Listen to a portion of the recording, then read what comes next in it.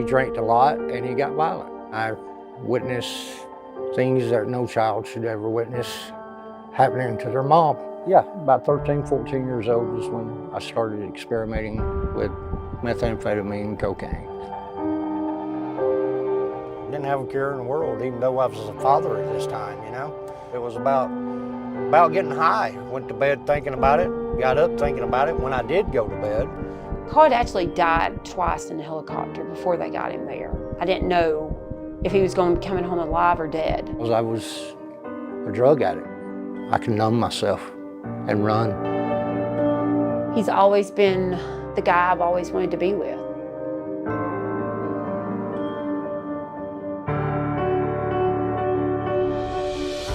I never intended to hurt anyone with my past.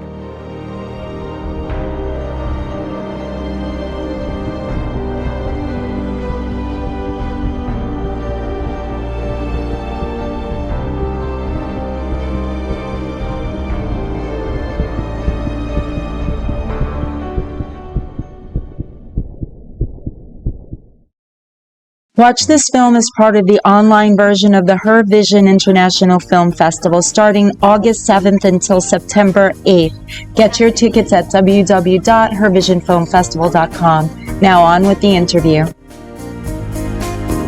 Hey everybody, thank you for joining us today. I'm here with Karen Shayne. She is the director of a wonderful documentary that placed very highly in our film festival. It is a short documentary called My First Breath, the Carl Gibson story. And I'll let her take it away because this is such a powerful, powerful piece. I'm sure many people can relate to it. It's a very redemptive story. It's a very just emotional, it really packs a wall up. Yeah, let's just start. How did you find Carl? Just open up the floodgates here. I will, and I'll probably cry. So, I met Carl when I was asked to become an executive director of a transitional homeless community in Dahlonega, Georgia. Now, Carl was not homeless. He was the associate director, and he and I had to work together to make the programs happen and to work with be advocates for our clients or residents. And we also had to put them through pretty rigorous training to get their life put back together and to get them back out on the street and or off the street back to their life. The community itself was just a joy, but Carl made it so much more. But at the beginning, it was a little bit of a rocky road. He didn't like change. I was coming in. I kind of came in and was just a bull in china shop. We're going to do this. We're going to do this. And he's not really good at change. And if you see the movie, you'll understand why. But later on, I believe we began to sit down and we found that balance, that really great balance. And I just started just falling in love with him as a friend and falling in love with his family and falling in love with his child and children. And we had someone else that worked there too. Her name was Katie. And the three of us were like, we worked very hard, and we worked under very hard and very difficult circumstances. But we always found humor. And Carl would always come in and become the light. He was the light. And he became my rock, the person that I worked with all the time. We talked at least 5 times a day if we didn't see each other. And one day he sat down and he began to share his story. And you'll have to see the film to understand, but basically he became a drug addict at age 7. And this is in the mountains of North Georgia, in the deep woods. And he became a drug addict, and he started by huffing gas. And then that progressed, and it got worse, and it got worse, and it got worse. And I didn't really know the impact until the longer I worked there and the more rides we took or the more times we would sit down together and talk. And what impressed me about him was when you work in a community such as that, I'm the proverbial Pollyanna. I'm like, everything's going to be okay. They're going to be fine. I'm like their champion. And it was actually Carl that would come in and say, you're being, you're being taken. You need to sit down and I'm going to tell you why. And I began to learn. So there was another level of respect that I had for him. So the more I got to know him, the more I realized he's got this incredible story. And when I left a year later, kind of got things to going, and then it was time for me to move on. I told Carl, I made him a promise, and I said, I'm going to share your story one day. And I don't think he took me seriously, but he did when I said, okay, I got the crew, I got the camera, let's sit down and talk. And we went through several conversations, and actually we did 2 filmings. We had one iteration of the film that we changed up because it was during that first time that we sat down of stuff that I did know about him. What I found out is all that I didn't know. And then we brought in his family and we went back and we took the cameras back and we got knee deep, man. I mean, we got really knee deep in them mountains. And what happened was not only do I have one of the best people that I know, he's also a mentor and he's also a hero to so many. And I made that vow that I wanted to share that story, and I did. And I'm just grateful that it's doing so well in all the festivals and that lives are being changed. And he had such a great attitude about it. He said, you know what, Karen, if it changes one person's life, that they realize that their faith, that their hope, that their willpower can get them to a place. If I can help them, then I've done my job. And it's been such a journey and such a joy because this film it's brought people to Christ. It's changed lives. It's made phone calls happen, and people that have that listen to this and that see that no matter what adversity you have, whether it be drug addiction, whether it be homelessness, whether it be just you got to get through a day with problem family or whatever, you can do it. And you have that within yourself to do that. And wow, I just thought I knew him, but we really got to know each other, and his incredible, beautiful, wonderful family that is now my family gives me power to get on a plane every few weekends and go to film festivals and share. And it's just been a beautiful ride. And Carl is my brother, and I love him dearly. It's so amazing because, like, I look at your film and I think of it from two hats perspectives. Like, there's people that walk around trying to find the perfect subject for a documentary, and, just never find it. And it seems that, it was just gifted to you, the story somehow, but everything for a reason. And the other side is, I do believe in Christ, and I see it from that perspective too. And it's just like, wow, like, yeah, like in the surrender of here I am, use me, how I believe the Holy Spirit can just come in and make you a new creation, right? So I appreciate your film from both angles. Yeah. And I think that's what's really like, because I saw your website and it's like, yeah, it's lit up all over all film festivals. I mean, It's not what I expected. I said this I was in New Jersey this last weekend at a film festival, and we were doing a Q&A, and I was sitting up there, and I was sitting up there with a subject of another documentary that was shown within our block, and I was just so overwhelmed because this young man has just done so much, and I saw that it was totally different. And I said to them, I said, you know what? I'm not a filmmaker. I've done media. I've had a lot of help I've shared stories, I've produced stage shows, I've produced conventions, but I'm not a filmmaker. And I said, I just put it together and I said, whatever happens is going to happen.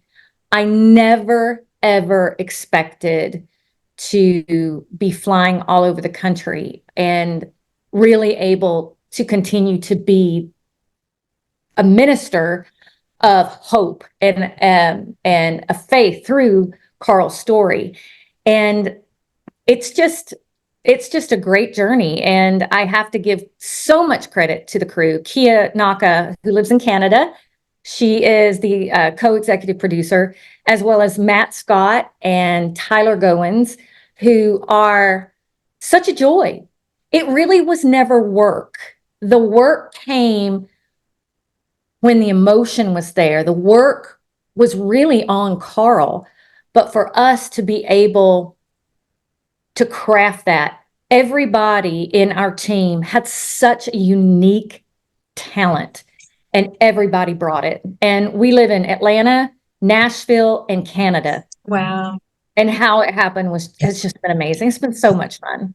And I would have never guessed from watching the film that you weren't like, trained in film school or something, because it's beautifully, beautifully done on top of it.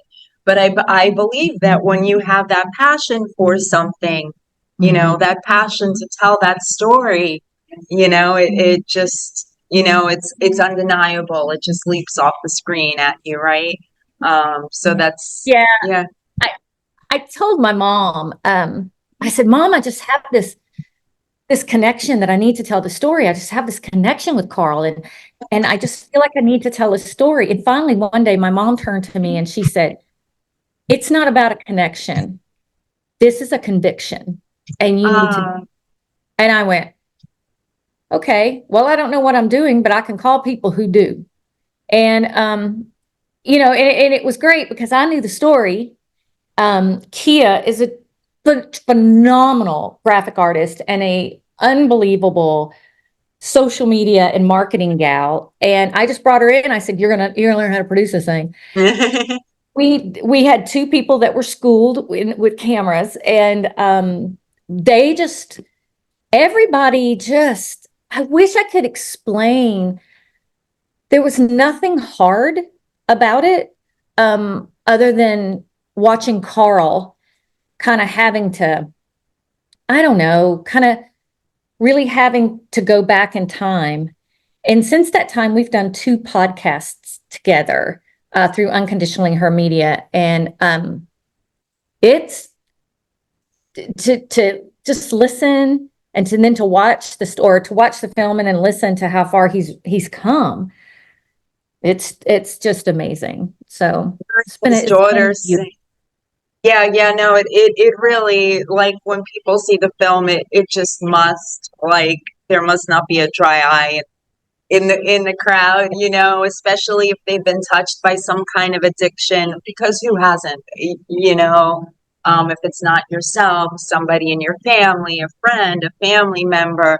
And I think it's wonderful that what I think this piece does is humanize people again, because I think society is just lumped like, oh, it's a drug addict, it's a junkie, it's, so, like, I find it so moving that you have his daughter saying, you'll always be my dad, and your past, hasn't, doesn't take away from the father figure that you are in my life. I just think that's, and she did not know anything at all about his past until we started doing this. And I talk about nothing was hard, and what I mean the logistics. It was not hard to put people together, and everybody just embraced the story. And we did this video for Carl of how working with him impacted our life. And we gave that to him and said, this is what you did. And we all wrote letters, a few sentences. And, we took pictures and all, and did this little, we just put together just a little, I don't know, little iMovie kind of thing. so he can understand the impact that he was already making and the impact that he made on us. But, it was so interesting filming this. I did not realize until we were in the depths of it. I mean, when we were loaded in the car, ready to go, I had no idea that Angel, the daughter, knew nothing about his past, knew nothing about her mother's past, knew nothing about Carl's past, knew nothing about her mom's past.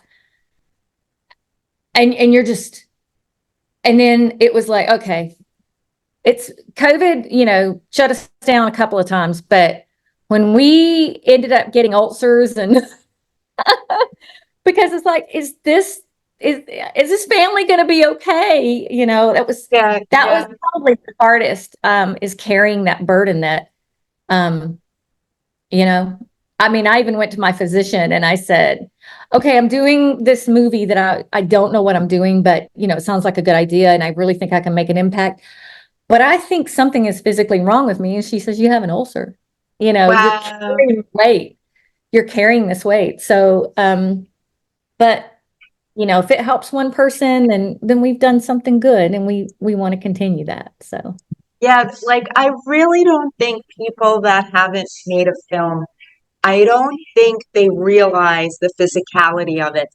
Because it, like, like from a distance, like you're watching it on TV or like on a film or something, and you just see like the director sitting in Video Village with like a bunch of Starbucks around him or her, and and they're just going, yeah, that's a good take, and it looks like a non-contact sport, but but I think it is a contact sport. it is. That's a good way to put it. I've never thought of it that way, but certainly it is. So Yeah, you're really putting, blood and bone into it, and no, and it's so taxing. So but no, it's really such a powerful piece. I wonder, like, what have you like seen, like audience reaction wise from people?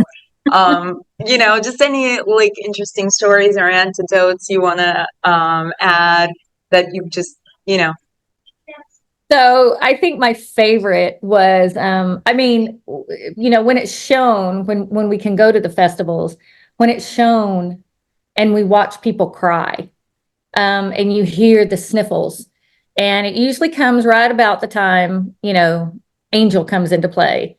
And, because she was a miracle, and how that happened. And then it's just to watch people cry. But I think my favorite story is we were in Arizona, and Kia was with me, and we were sitting, and it was the first film festival, and we didn't know what we were doing, but we acted like we know what we were doing. And thank goodness we were surrounded by some folks who kind of like, okay, so you're the freshman here. And it's like, you don't know. We are so friends. And they were like, kind of coaching us through and showing us what we were supposed to do at film festivals. And I didn't even know about Q&As. I didn't know about all that stuff. But I knew, but what I was surprised at is, as Kia and I are sitting there and the movie came up, it was like, who did this? And it was like, okay, this is being shown on the big screen. And I broke every rule that I could, and I FaceTimed Carl, and I just held it up so he could see himself. And I said, and then I was like, and then I put it down, and then it got to about 17 minutes is when everything starts changing. And I was listening to the people behind me, and you're watching, seeing what people's reaction is. And I looked back, and this guy was sobbing, and his wife was sobbing, and most people were crying, but these people were sobbing. And I stood up when it was over with, and we did the Q&A, and he asked some questions. And when I left, he's a football player, like an NFL football player. Wow. And he said, I could not stop crying. I know so many people that are walking that path. Yeah. And he said, he reached out, and he hugged, and if you've never been hugged by an NFL football player, it hurt, and it was so amazing that it impacted people on that level. And it was actually at that film festival that we came back and regrouped and said, we need more of this story. And we changed it up. So we changed it up to give more about the behind the scenes, not just Carl's story, but more of the family story too. And that was the icing on the cake. So I've never been to a film festival that someone didn't come up to me and say, I cried. And I knew at 17 minutes they were going to start crying. So Wow. it's been great. But everybody knows someone that has gone through it, or everyone knows of someone that has gone through it. And if we can help people understand exactly why, what a serious situation this is, then we've done our job. What about you personally? Has this now like given you the bug, so to speak? Are you like looking for your next project? I actually was asked that question last week, and I said, well, 3 words, I don't know. I have an idea, but I'm just not sure yet. Um, I need to be at a place to where I can, like, I gave everything I had, ulcer and all, to Carl's story. And because I really believe in it. And I want to see how far this film can go. And I want to see if people who need to see it, own it like as much as we have. But as far as something else, I don't know. Um, I've I was I was always open and said, okay, Carl, I'll do this for you. But it's going to be very difficult to top this. And actually someone said, how on earth do you plan to top this? And I went, I don't know. Right. No, We'll that's great. see. I'm staying open. Yeah, you never know. Sometimes lightning strikes twice, And it may. Yeah. and it may.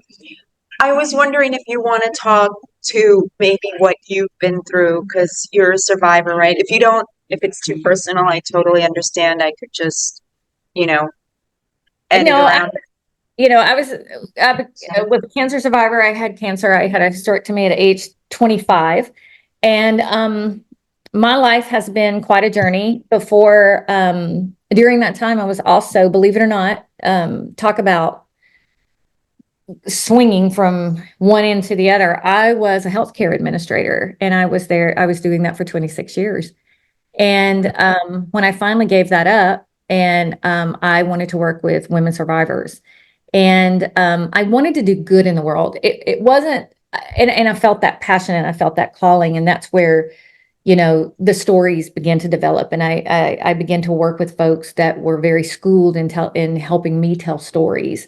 And I would put a camera in front of them or put them on stage and say, let's help develop the story. And it wasn't the stories of, oh, I got cancer. Oh, I got sick. Oh, I threw up on Uncle Bob. It was more about, what are you doing after cancer? What is your life? And I think that's what empowers me. And, because I had to go through that myself and say, what's next in my life? And whether you're dealing with a cancer diagnosis and then dealing with it post, to where your life, you wake up and you look at things differently, and your life is different, or whether it's a story like Carl's, I wanted to just give. I wanted to give back. And I think that I have learned that that's my happy place on a personal level, is really sharing the stories and giving back. And I still work with cancer survivors. I still have tons of stories. I have an online magazine called Unconditionally Her. But I also make cocktails, and I tell great stories, and I do films, and I do travel documentaries and such. But I think that, like Carl's story is no different than mine. We had a before, we had a during, and we had an after. And I think that if everybody learns that find that pivotal point in your life. And if I can help people find that, then personally, that's what makes me happy. And, going through what I went through wasn't fun. But as long as I'm healthy and as long as I can maintain senility and stay off of, Pepsid or whatever it was, Prilosec, then I think that my journey to where I was, to during, to where I am now, can be shared and can be a testament for others to do the same. Exactly. Yeah, no, you just have this great vibe about you. You feel like you could just be everybody's best friend. I think more power to you. You're just like that person. You just have this feeling of like, hi, Karen, this happened today. Well, there are people out there that would tell you that would differ with you, but I have made some great friends and lost some great people in my journey. But where I am today, I have strong women that surround me. I have an incredible family. I love my family, and I am so blessed. And I love it. I live in Brentwood, Tennessee, which is right outside of Nashville. So I live around creatives. I live 5 minutes from Dolly Parton. Wow.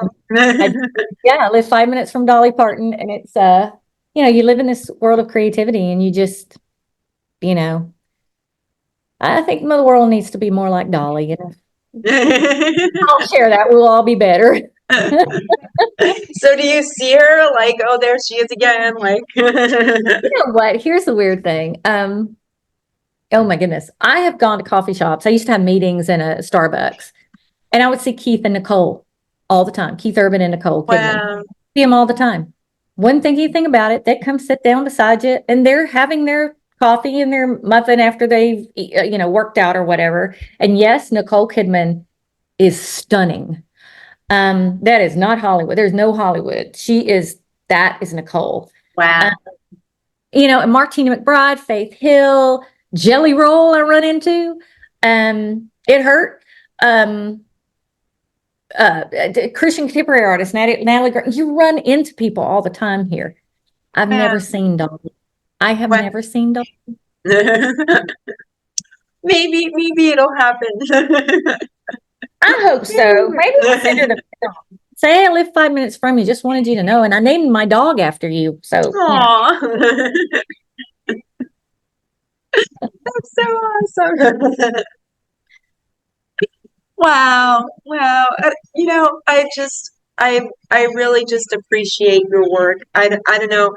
Um, have you ever gotten, because I don't know, like it might be a testy moment for people, but have you ever gotten any backlash from it? Like, oh, you know, um, people think God is like, magic and just nothing, right? So no, that's no, wonderful. I haven't. And I respect people. One thing that I try never to talk about around people that I'm, strangers with is I try not to talk politics, and I try to respect where they are in their faith and in their religion. And I'm not preachy. Um, um, I just, but someone said something to me, and it was, he's the former president of the Nashville Film Festival. He's also a very, very, very dear friend, and he wrote the song "She's Like the Wind." His name is Stacy Weidlet, and he's Jewish. And I sent him the film, and I said, I hesitate sending this to you. And he's like, because he's Mr. Perfectionist, and he's just got himself together. And I said, I hesitate sending this to you but I really do want your feedback. And he did. He gave me the feedback, but it wasn't what I was expecting. I was expecting him to say, you might want to come off the faith a little bit. And he said, I didn't look at that movie, and I didn't see hardcore religion in there. I saw a man who found his faith and a man who can encourage others. And he said, you know, I didn't see Jesus in billboards, on billboards, you know, on a billboard, Jesus' name in lights. He said, I saw what I could take away from that. And that was, this is someone who got his life together, and that's how he found it. And that was all I needed, you know. And I'm not ashamed that it is very much about someone finding their faith, and you know, and I'm not ashamed of that at all. But I'm also very sensitive, and I hope that everybody who sees it, if they're not in that space, I hope they see that somebody got to a space where they could, you know, find their faith. But I want everyone to take away something from it. And that's what I was encouraged to. I was very encouraged when I was told, no, this is a film for everybody. Yes. And I felt better at that point. Yeah, no, I definitely think it is. I was just asking, you know, because I like to hear what people's feedbacks and reactions are to films. But yeah, no, I thought, again, I just think it's beautifully, beautifully done. And again, it's just a testament of, like, even when there's no hope, if you see somebody making the way, you can say, if they did it, I think I could do it too, you know, because it's, Amen. yeah, you know, that's just it. And I just think that's, again, just wonderful, wonderful story. Please tell Carl, thank you for allowing, you know, you to tell it, and tell it so masterfully. And yeah, exactly. Yeah, just thank you. Oh, Yeah. you are so welcome. And I appreciate all that y'all do. And thank you for calling. Thank you for supporting the film. Pleasure, definitely. Thank you.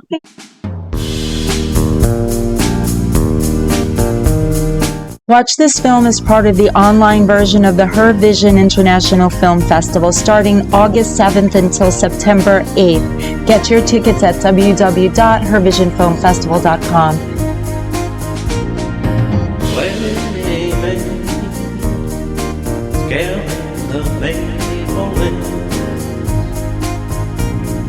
Sword fight, king of the hill.